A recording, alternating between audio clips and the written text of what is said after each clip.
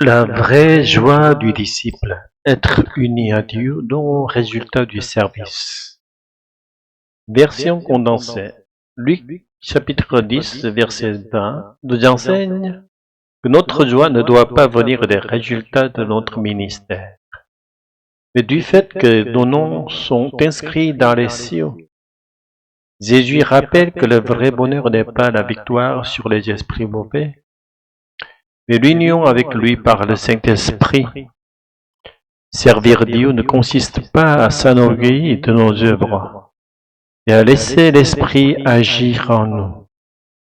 Ce n'est pas l'activisme religieux qui importe, mais la communion vivante avec Dieu.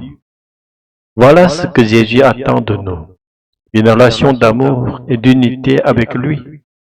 Alléluia, Amen. Méditation de Luc chapitre 10, verset 20. Cependant, ne vous réjouissez pas de ce que les esprits vous sont soumis, mais réjouissez-vous de ce que vos noms sont inscrits dans les cieux.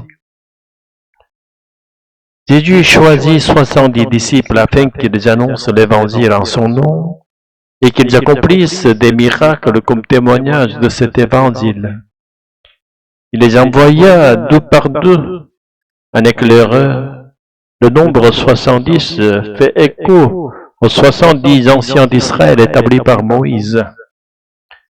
Dans la même perspective, certains exégètes voient aussi dans les 12 sources d'eau et les 70 palmiers de Nélim, Exode chapitre 15, verset 27, une préfiguration des 12 apôtres et les 70 disciples.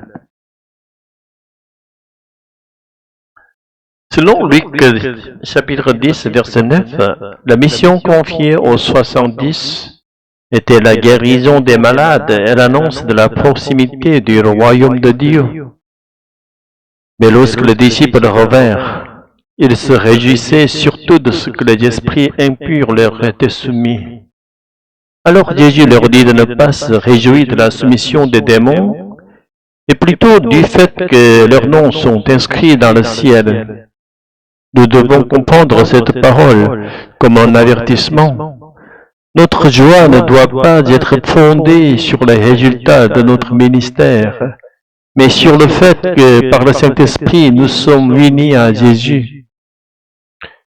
Dans le service de Dieu, le danger constant est de se laisser emporter par les succès ou abattre par les échecs de nos œuvres. Le véritable service consiste à nous offrir nous-mêmes pour que le Saint-Esprit agisse en nous et à travers nous. Nous ne savons pas d'avance ce que l'Esprit accomplira par notre vie. Ce qui est certain, c'est que Jésus a promis que de notre sein couleront des fleuves d'eau vive. Jean chapitre 7, verset 38. C'est-à-dire une source de vie pour les autres. Et qu'est-ce qui sort de nos bouches? Des paroles. Lorsque l'Esprit parle en nous, nos paroles deviennent la parole de Dieu, une prophétie vivante. Ce ne sont pas des pensées issues de notre sagesse humaine. Ce n'est pas non plus, comme dans certaines pratiques occultes, une perte de conscience dans un état de transe. À l'inverse, l'Esprit ne nous laisse pas tomber dans l'orgueil comme si c'était notre propre sagesse. La parole de l'Esprit est d'abord celle qui nous vivifie, et ensuite celle qui vivifie ceux qui l'entendent. Depuis que nous avons reçu le salut, toutes choses dans notre vie sont désormais comprises dans la volonté de Dieu.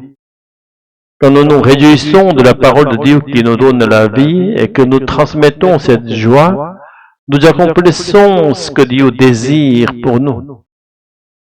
On présente souvent le service de Dieu comme un devoir du croyant. Cette conception risque de susciter un sentiment de culpabilité chez ceux qui n'y parviennent pas.